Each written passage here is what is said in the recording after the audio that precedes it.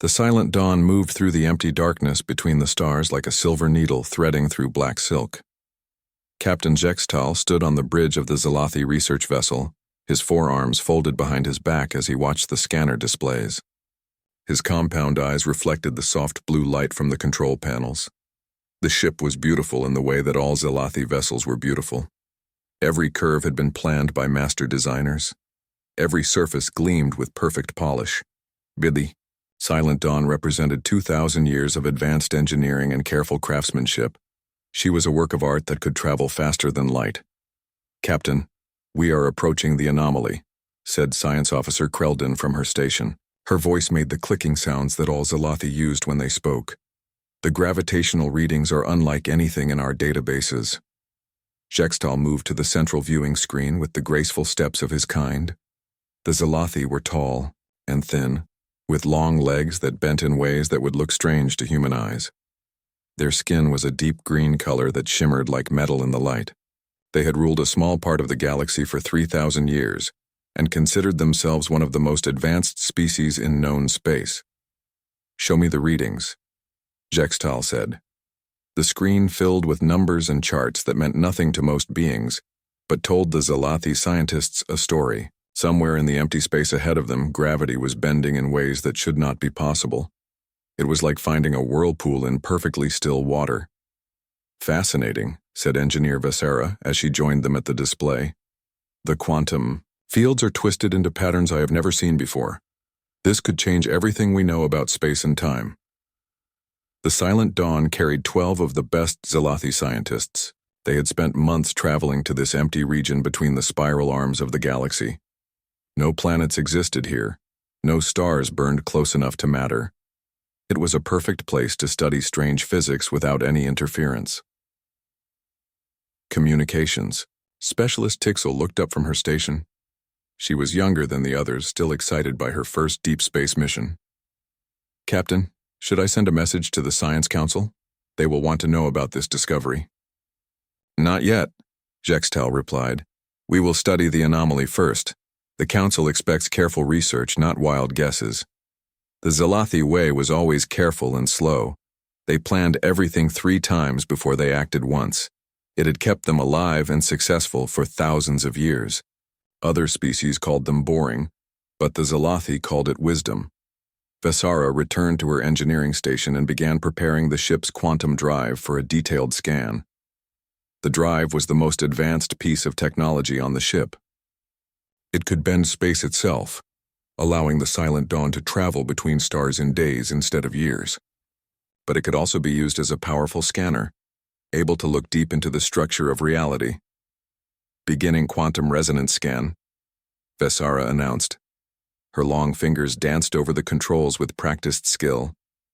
"All systems are operating within normal parameters." The ship hummed as the quantum drive powered up. Energy flowed through conduits that ran like veins through every deck.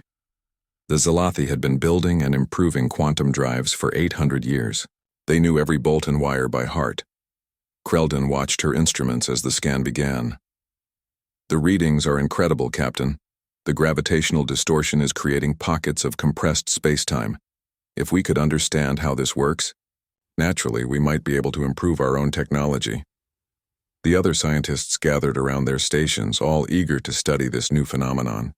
Discovery was what they lived for. Each new piece of knowledge was like finding a precious gem in the darkness of space. But something was wrong. Vesara noticed it first. A small vibration in the quantum drive that should not have been there. A tiny change in the energy flow that made her compound eyes narrow with concern. "Captain," she said, her voice tight with worry. "I am detecting an instability in the quantum matrix." Jextal turned to her. "What kind of instability?" "The resonance scan is creating feedback with the anomaly. The quantum fields are interfering with each other in ways I did not expect." The vibration grew stronger. Through the metal floor of the bridge, every Zalathi could feel the ship beginning to shake. Warning lights started flashing on control panels throughout the bridge. "Shut down the scan," Jextal ordered. Vesara's hands moved quickly over her controls, but her face showed growing fear. "The system is not responding, Captain. The quantum drive is locked in scan mode. The shaking became violent. Equipment that had been bolted down for decades began rattling loose. The beautiful, perfect surfaces of the Zalathi ship groaned under stresses they were never designed to handle. Emergency shutdown, Jextal commanded. Cut all power to the quantum drive. I am trying, Captain, but the safety systems are not engaging. The quantum matrix is feeding energy back into itself. On the main screen, they could see space itself beginning to twist around their ship. The anomaly was responding to their scan like a sleeping giant waking up angry. Reality bent and warped in ways that hurt to look at. Tixel's voice cut through the noise of alarms and groaning metal. Captain, I am reading massive energy buildup in the quantum core. If it continues to build at this rate... She did not need to finish. Every Zalathi on the bridge knew what happened when quantum cores overloaded. They had studied the theory in school. No one had ever survived to give a practical report. All hands, abandon stations, and prepare for emergency evacuation. Jextal announced over the ship's communication system. His voice stayed calm even though his hearts were racing. This is not a drill. The ship lurched violently to one side. Several scientists fell from their stations. Emergency lighting activated as the main power systems began failing. The silent dawn, which had sailed between stars with perfect grace for 30 years, was coming apart. Vesara made one last desperate attempt to control the quantum drive. She rerouted power, bypassed safety systems, and tried every trick she had learned in 40 years of engineering. Nothing worked. The drive was beyond anyone's control now. Quantum cascade failure in 30 seconds, the ship's computer announced in its calm, precise voice. Even facing destruction, Zalathi technology remained polite. All hands to escape pods, Jextal ordered. But even as he said it, he knew there was no time. The escape pods needed at least 2 minutes to launch safely. They had 30 seconds. The explosion, when it came, tore through the silent dawn like lightning through water. The quantum drive, designed to bend space and time, released all its stored energy at once. 3 decks vanished instantly. The beautiful silver hull cracked like an egg. Of the 12 scientists aboard, 6 died in the first moments of the explosion. The others found themselves trapped in the twisted remains of their ship, breathing recycled air that tasted of smoke and fear. Captain Jextal pulled himself up from the debris-covered floor of what had been the bridge. His left arm was broken, and green blood leaked from cuts on his face. Around him, the few surviving control panels flickered with weak emergency power. "Status report," he called out, though his voice was barely more than a whisper. Tixel answered, from somewhere in the wreckage. "Communications are down, Captain. Life support is failing. I count 6 survivors." The proud research vessel that had carried them so far from home was now their prison. They were stranded in the empty space between stars with no way to call for help and no hope of rescue. The nearest Zalathi outpost was months away, even for a ship traveling at full speed. They had perhaps 6 days of breathable air remaining. In the cold silence of deep space, the silent dawn drifted like a broken toy, carrying the last hopes of 6 scientists who had ventured too far into the unknown and paid the ultimate price for their curiosity. 3 days had passed since the quantum drive explosion tore the silent dawn apart. Captain Jextal sat in what remained of the ship's bridge, watching the readings on the one working scanner. The numbers told a story he did not want to believe. Life support was failing faster than they had calculated. Instead of 6 days of breathable air, they had perhaps 3 days left. The 6 surviving Zalathi had done everything they could to extend their lives. They sealed off the damaged sections of the ship to conserve atmosphere. They reduced the oxygen mixture to the lowest level their bodies could survive. They moved slowly to use less air. But physics did not care about their efforts. The broken hull was bleeding atmosphere into space, and they could not stop it. Engineer Vesara floated near the damaged control panels, her broken ribs making every breath painful. She had managed to get the emergency beacon working, but it was weak. The signal could only travel a few light hours into space. In this empty region between the spiral arms, no one would hear their calls for help. "Any response to our distress signal?" Jextal asked. though he already knew the answer. "Nothing, Captain," replied Tixel from her makeshift communications station. "The beacon is transmitting, but we are too far from any shipping lanes. No civilized vessels travel through this region." The young communications officer had grown quiet over the past 3 days. The excitement she had shown during their research mission was gone, replaced by the calm acceptance of death that all Zalathi learned from childhood.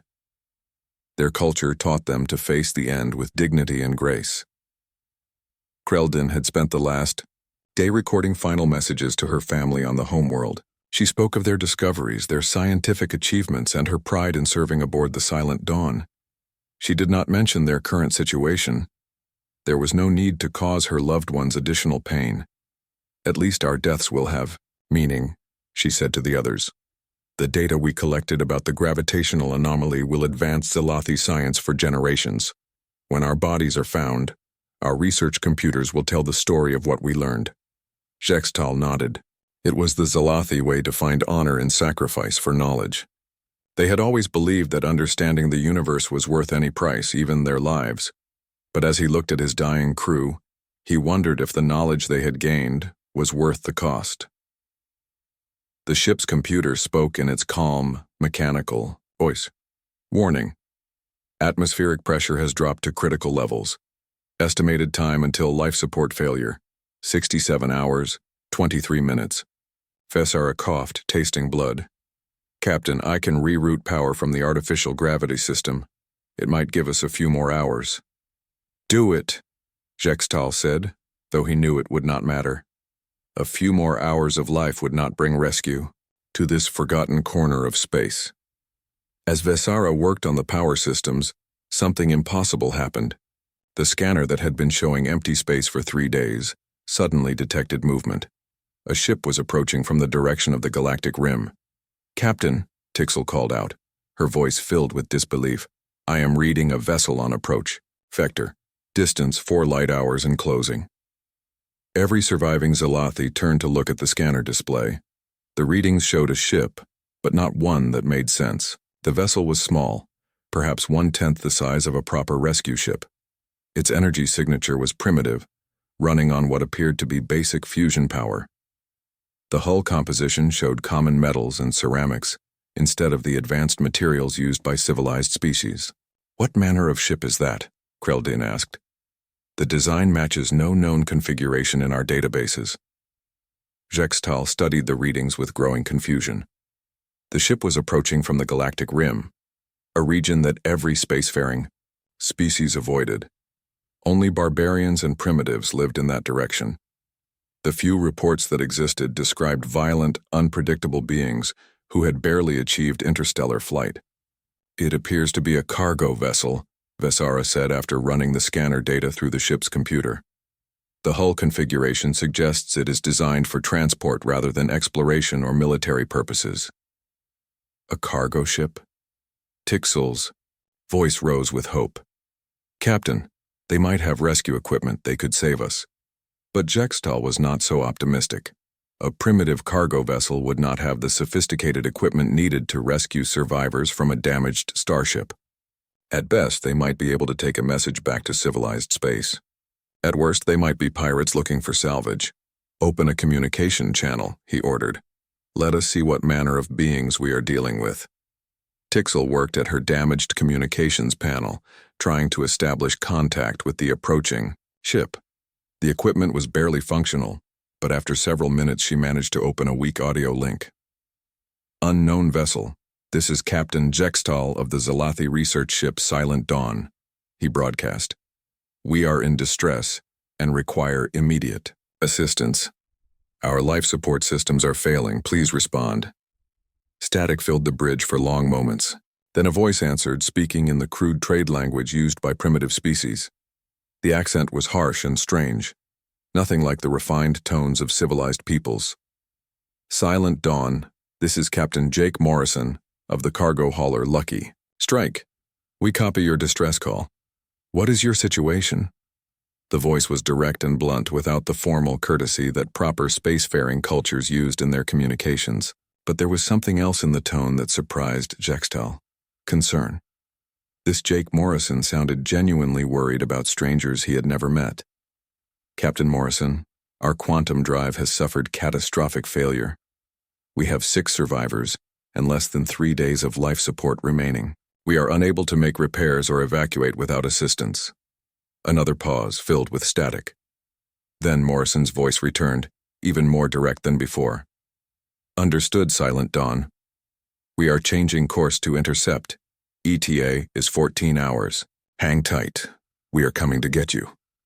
The communication channel closed, leaving the Zalathi bridge in stunned silence. Captain Jextal stared at the communications panel, trying to process what had just happened. The human ship was altering course to help them, not to study them or demand payment, but simply to rescue strangers in distress. "Captain," said Vesera slowly, "their ship appears to be a simple cargo hauler. They cannot possibly have the equipment needed to rescue us.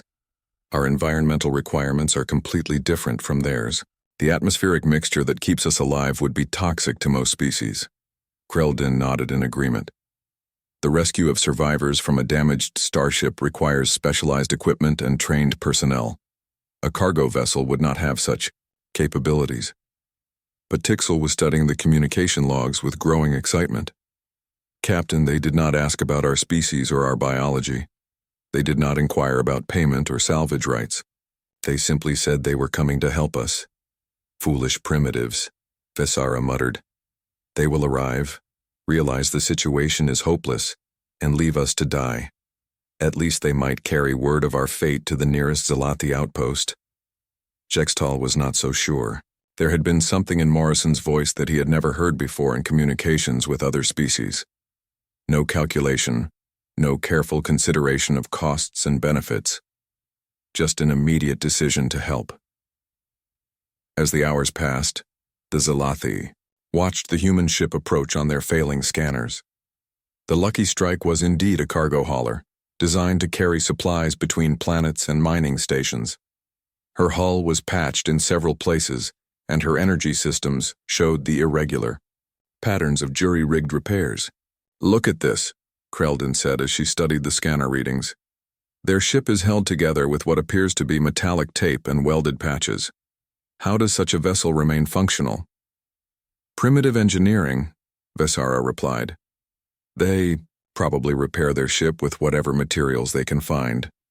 No proper maintenance schedules, no replacement of components before failure. It is a miracle they can travel between stars at all." But as they watched the Lucky Strike maneuver toward their position, the Zalathi began to see something unexpected. The human ship moved with precision and skill despite its crude appearance. The approach vector was perfect, and the engine burns showed an efficiency that impressed even Vesara. "Whoever is piloting that vessel knows their business," she admitted, grudgingly.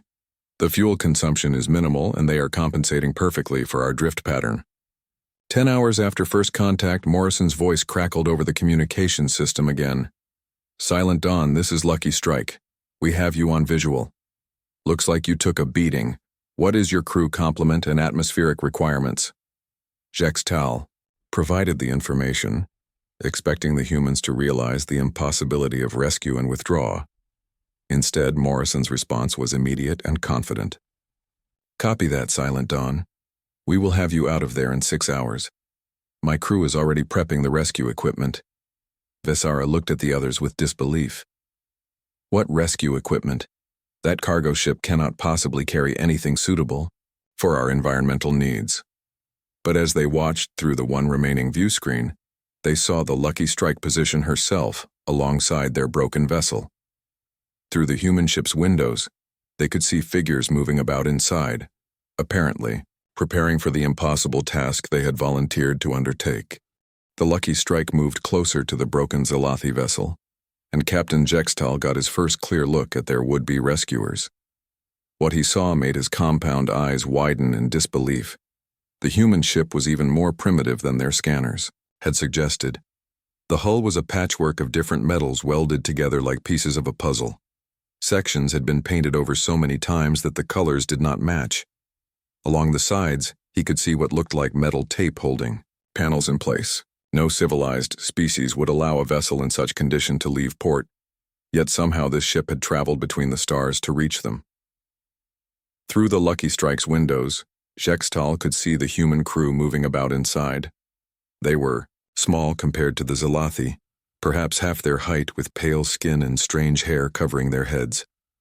Their movements seemed rushed and chaotic, nothing like the careful, planned actions of properly trained spacers.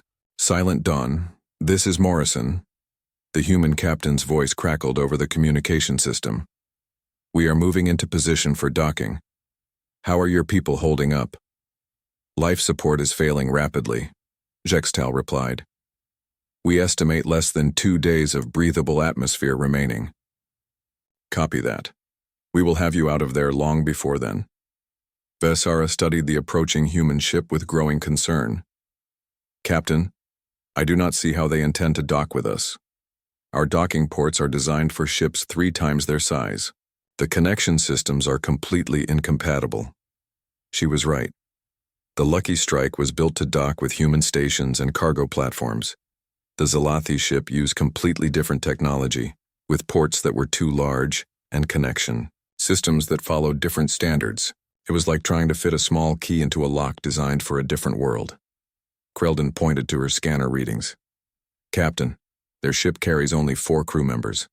Even if they could somehow dock with us, how could 4 beings evacuate? 6 Zalathi? We each weigh 3 times what they do, and we are twice their height.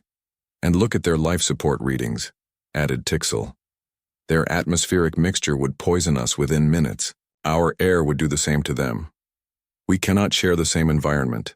The problem seemed impossible to solve.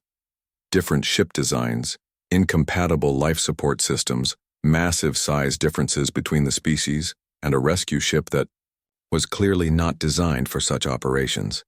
Any reasonable captain would assess the situation, realize the task was hopeless, and withdraw to avoid risking their own crew. But Captain Jake Morrison was apparently not reasonable by galactic standards. Bobby, get those cutting torches ready. Morrison's voice came over the Lucky Strike's internal communications.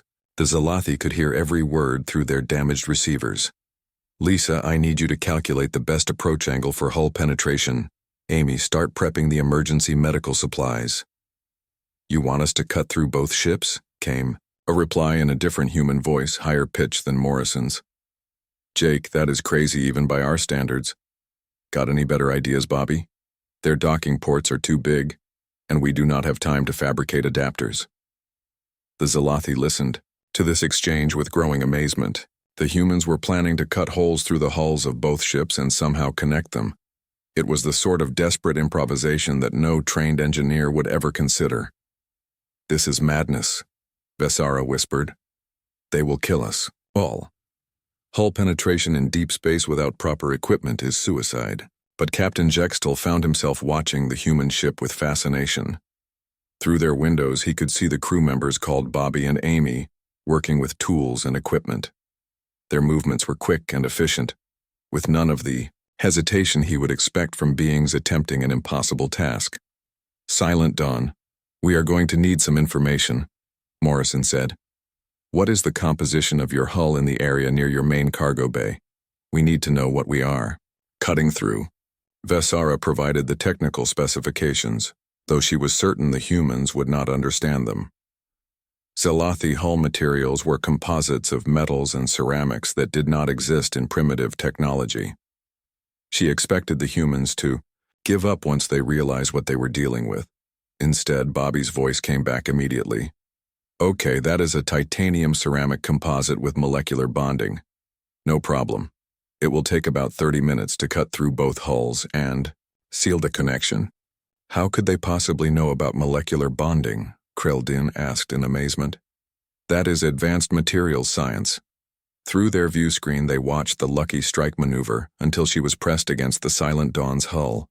The human ship's metal plates groaned under the stress, but the improvised connection held.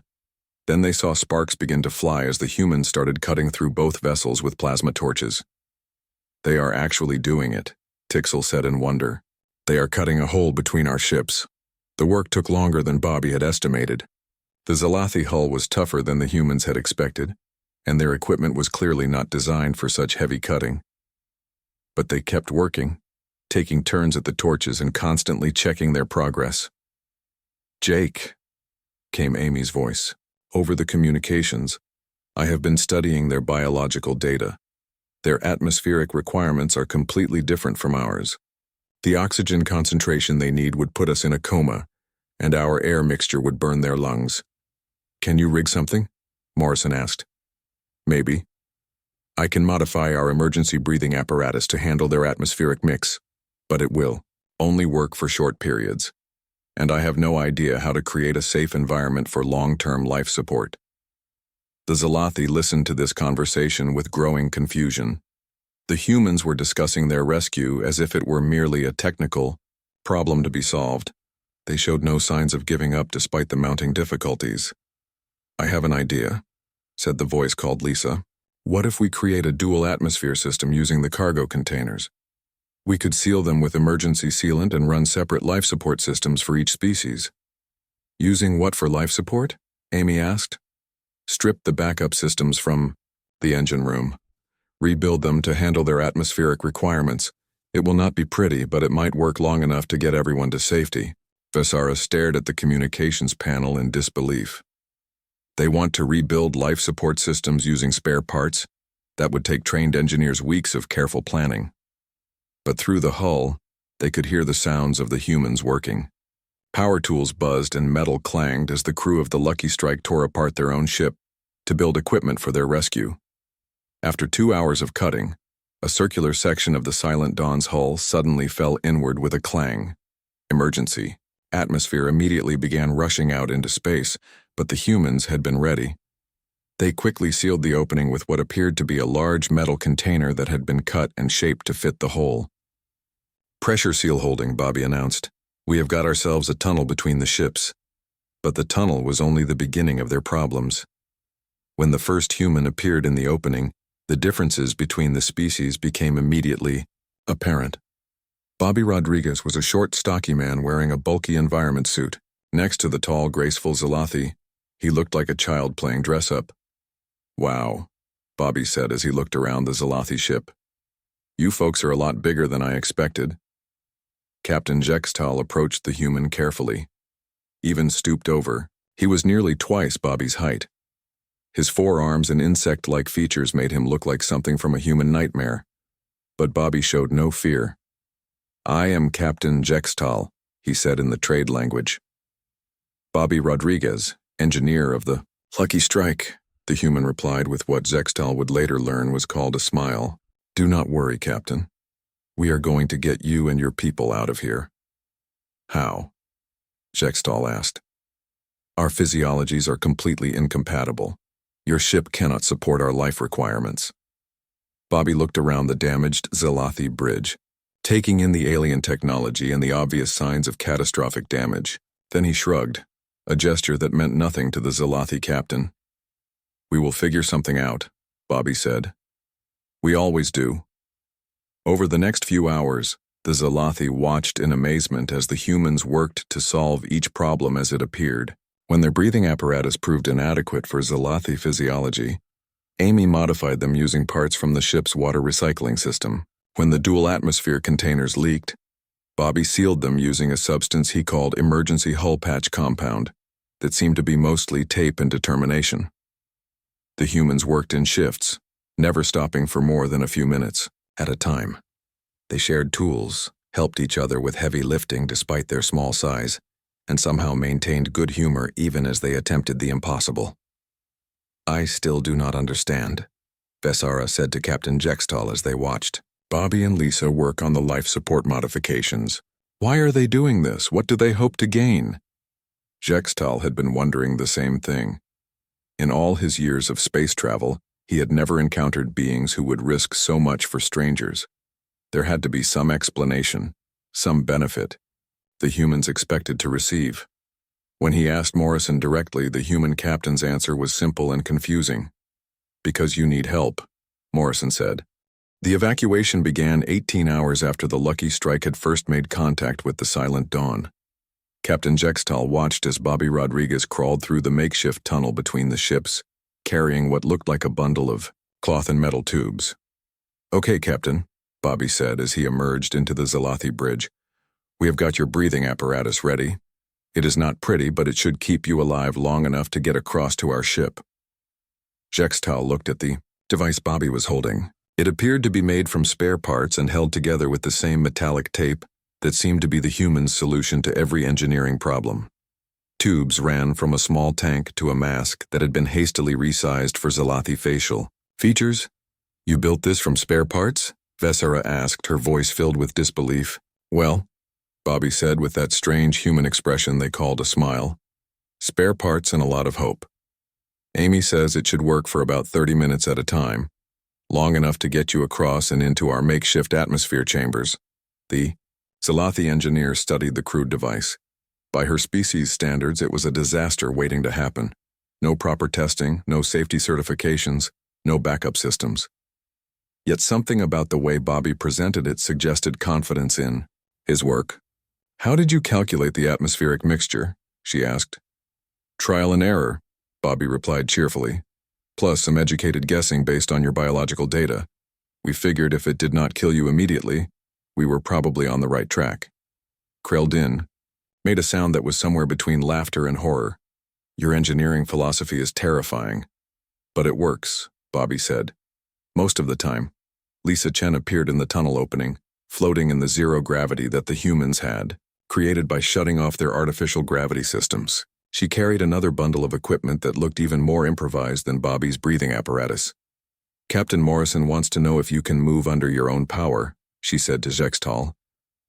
"The tunnel is pretty narrow, and we are not sure how to carry someone your size if you cannot move yourself." "I can move," Jextal assured her, though he was not entirely certain.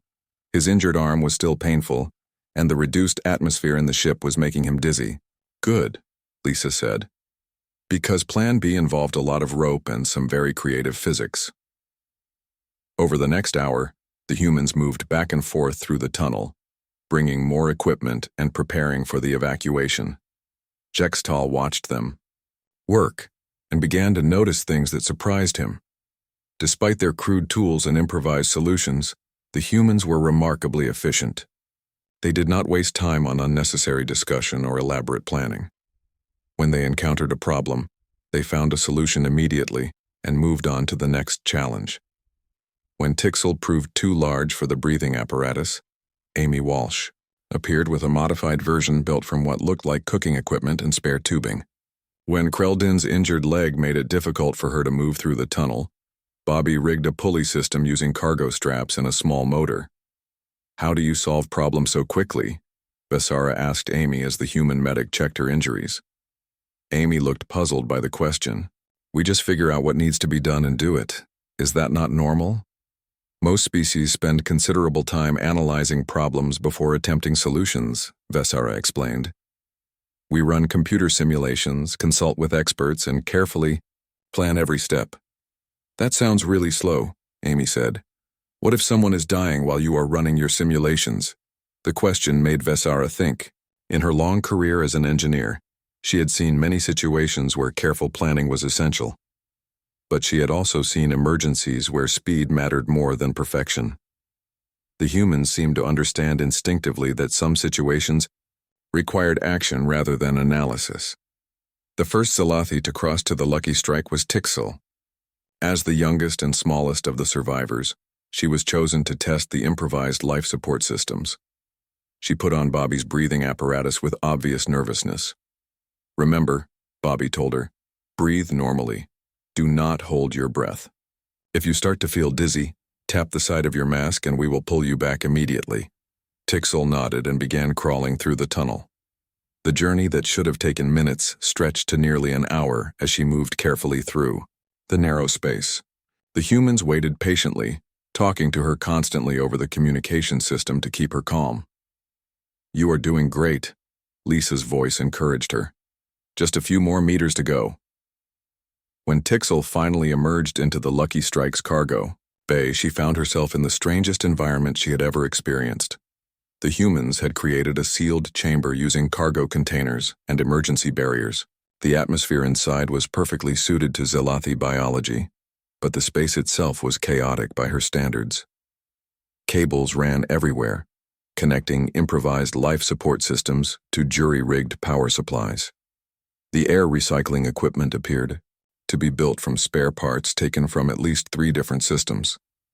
Everything was held together with metallic tape, wire, and what Jake Morrison proudly called good old-fashioned human stubbornness. "Welcome aboard the Lucky Strike," Morrison said as he helped Tixel into the chamber. "It is not much, but it will keep you alive." "This is incredible," Tixel said as she looked around the improvised environment. "You built all of this in less than a day?" "Had to," Morrison replied. "Your people were running out of time." One by one, the remaining Zalathi made the journey through the tunnel. Each crossing took nearly an hour, and each presented new challenges. Kreldon's injured leg required Bobby to rig additional support cables. Vesara's size made it necessary to widen part of the tunnel. The process was exhausting for both species, but the humans never showed impatience or frustration. During Vesara's crossing, one of the improvised breathing systems failed. The engineer found herself gasping for air halfway through the tunnel, with deadly vacuum on one side and an incompatible atmosphere on the other. "Emergency protocol," Morrison announced, calmly. "Bobby, get the backup system ready. Lisa, prepare for emergency extraction." Within minutes, Bobby had crawled into the tunnel with a replacement breathing apparatus. He worked in the cramped space while Lisa monitored Vesara's vital signs from the Lucky Strike's bridge. The entire operation was completed in less than 10 minutes, but to Vesara it felt like hours. "How did you stay so calm?" she asked Morrison after she was safely in the cargo bay chamber. "Panic does not fix problems," Morrison replied. "We learned that the hard way on our first few cargo runs." "Your first few runs?" Vesara was curious despite her exhaustion. "Sure," Morrison said. "You think we started out knowing how to do all this? We have been fixing impossible problems for years. It gets easier with practice." As Captain Jextal prepared for his own crossing, he reflected on what he had observed. The humans approached each crisis as if it were simply another technical challenge to be overcome. They did not seem to understand the concept of impossible odds. When his turn came to cross through the tunnel, Jextal found the experience both terrifying and enlightening. The crude breathing apparatus worked exactly as Bobby had promised. The support systems that looked like they might fail at any moment continued to function. The improvised solutions that should have been disasters somehow kept everyone alive. Halfway through the tunnel, Jextal realized something profound about these humans. They did not succeed because their technology was advanced or their planning was perfect. They succeeded because they refused to accept failure as an option. By the time the last Zalathi was safely aboard the Lucky Strike, the human crew had been working for over 20 hours straight. They took turns catching brief naps while maintaining the improvised life support systems, but they never stopped monitoring their guests' condition. "All systems stable," Amy reported as she checked the atmospheric readings in the Zalathi chamber. "Life support should hold until we reach the nearest station." "How long until we arrive?" Jextal asked. 3 days, Morrison replied. "Assuming nothing breaks down." "What happens if something does break down?" Morrison grinned, an expression that Jextal was beginning to recognize as typically human. "Then we fix it. That is what we do." As the Lucky Strike began its journey toward the nearest Zalathi outpost, Jextal found himself studying his rescuers with new understanding. These beings who looked so primitive and crude were actually remarkably sophisticated in ways that his advanced civilization had never considered. They did not have the best technology or the most elegant solutions, but they had something more valuable: the absolute certainty that any problem could be solved if they were willing to work hard enough and think creatively enough to find an answer. Watching Bobby Rodriguez explain his improvised life support systems to Tixel, Jextal began to wonder if perhaps his species had been measuring advancement by the wrong standards. The humans had saved 6 lives using spare parts and determination. The Zalathi, with all their advanced technology and careful planning, had nearly died because they could not adapt when their perfect systems failed. "Captain Morrison," Jextal said, "may I ask you something?" "Sure." "How did your species learn to solve problems the way you do?" Morrison thought for a moment. I guess we never had a choice. The journey to the Zalathi outpost took 3 days, as Captain Morrison had promised. During that time, the 6 rescued scientists lived in the improvised atmosphere chamber that the humans had built from cargo containers and spare parts. The system worked perfectly, despite looking like it might fall apart at any moment. Captain Jextal spent most of those 3 days watching the human crew work. He had never seen beings operate the way these 4 humans did. They moved through their ship, making constant small repairs and adjustments, treating each potential problem as a puzzle to be solved rather than a crisis to be endured. On the second day, the water recycling system began making strange noises. Instead of panicking or calling for emergency assistance, Bobby Rodriguez simply took the system apart on the cargo bay floor and rebuilt it using parts from 3 different machines. Is it not dangerous to modify critical life support systems while in deep space? Fessara asked as she watched Bobby work. Only if you do it wrong, Bobby replied without looking up from his repairs. But we have been doing this kind of thing for years. You learn to make sure the backup systems are ready before you start. What if your repairs fail? Bobby shrugged. Then we fix them again, or we find a different way to solve the problem. There is always another solution if you look hard enough. Tixel had become fascinated by the human approach to engineering. She spent hours asking Amy Walsh about their medical equipment, most of which appeared to be designed for field repairs rather than perfect performance. Your scanner is held together with metal tape, Tixel observed. The housing cracked during a rough landing 6 months ago, Amy explained. We could have ordered a replacement, but it would have taken weeks to arrive. The tape works just as well, and it costs almost nothing. But what about precision? What about reliability? Amy smiled. It scans just fine. Sometimes simple solutions work better than complicated ones. The young Zalathi communications officer found this concept difficult to understand. Her entire education had emphasized the importance of perfect systems and careful maintenance. The idea that crude repairs could be just as effective challenged everything she had been taught. Science Officer Kreldon spent her time talking with Lisa Chen about navigation techniques. The human navigator used methods that seemed impossibly informal to Zalathi standards, but her calculations were accurate to within acceptable margins.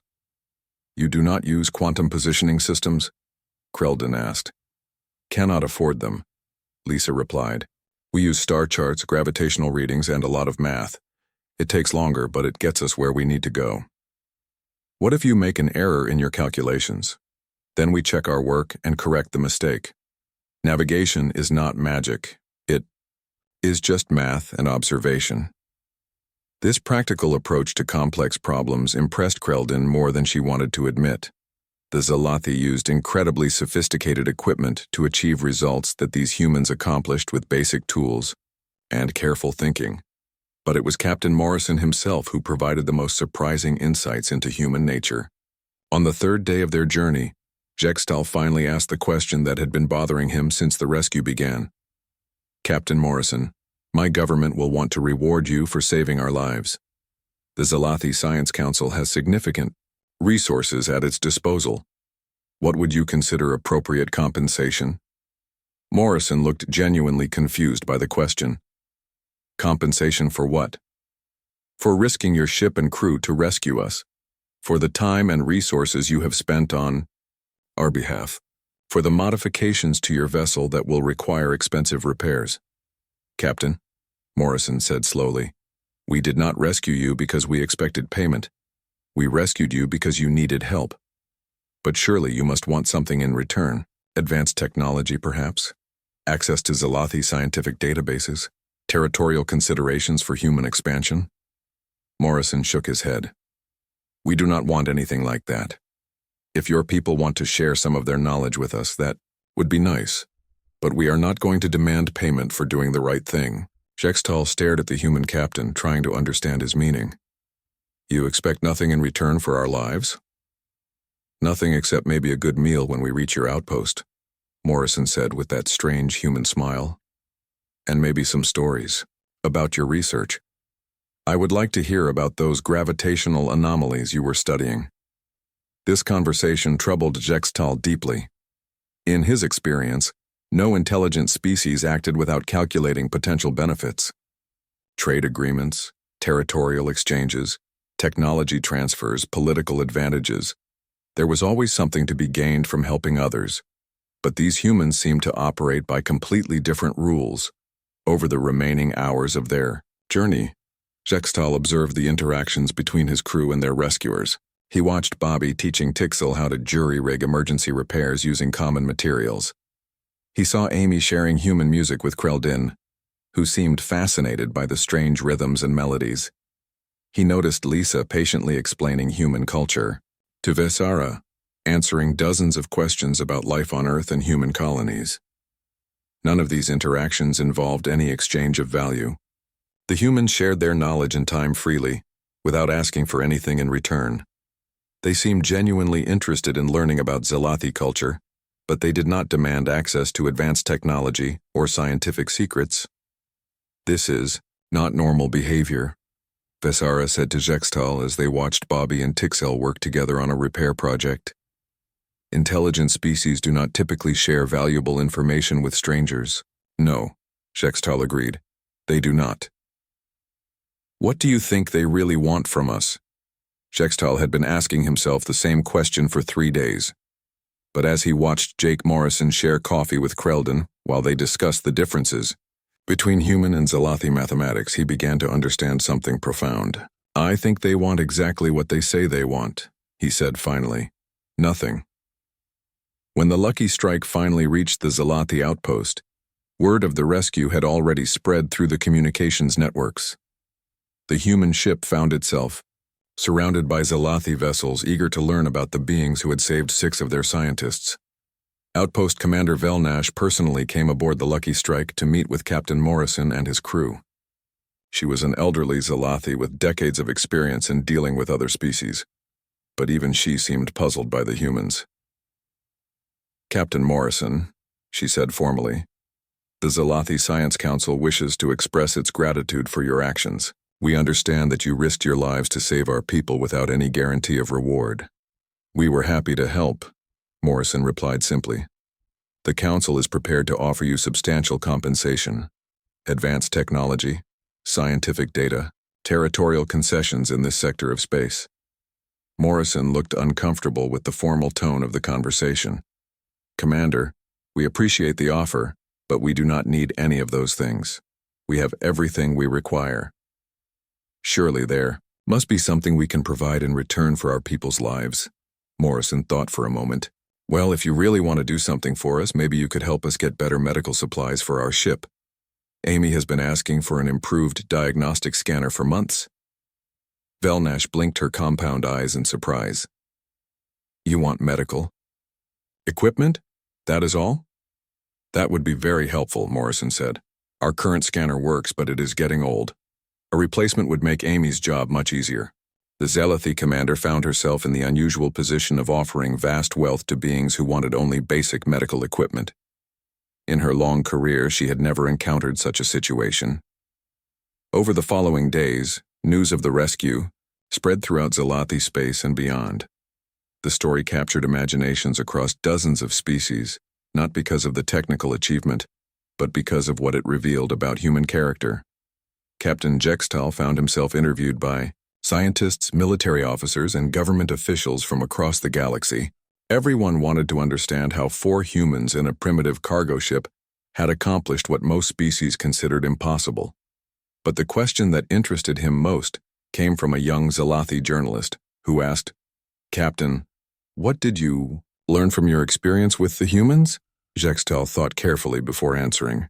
"I learned that we have been measuring civilization by the wrong standards," he said. "We judge species by their technology, their territory, their military strength. But perhaps the true measure of advancement is how willingly a people will help strangers in need." The journalist looked puzzled. "You believe the humans are more advanced than we are?" "In some ways, yes," Jextal replied. "They may have crude technology and simple ships, but they possess something that we have lost in our pursuit of perfection. They have the courage to attempt the impossible and the wisdom to help others without expecting reward." As the Lucky Strike prepared to depart for its next cargo run, Captain Morrison visited Zextel one final time. "It was good meeting you and your crew," Morrison said. "I hope your research goes well when you get back to work." "Captain Morrison," Zextal said, "I want you to know that your actions have changed how my people think about humanity. You have shown us that there are different ways to be civilized."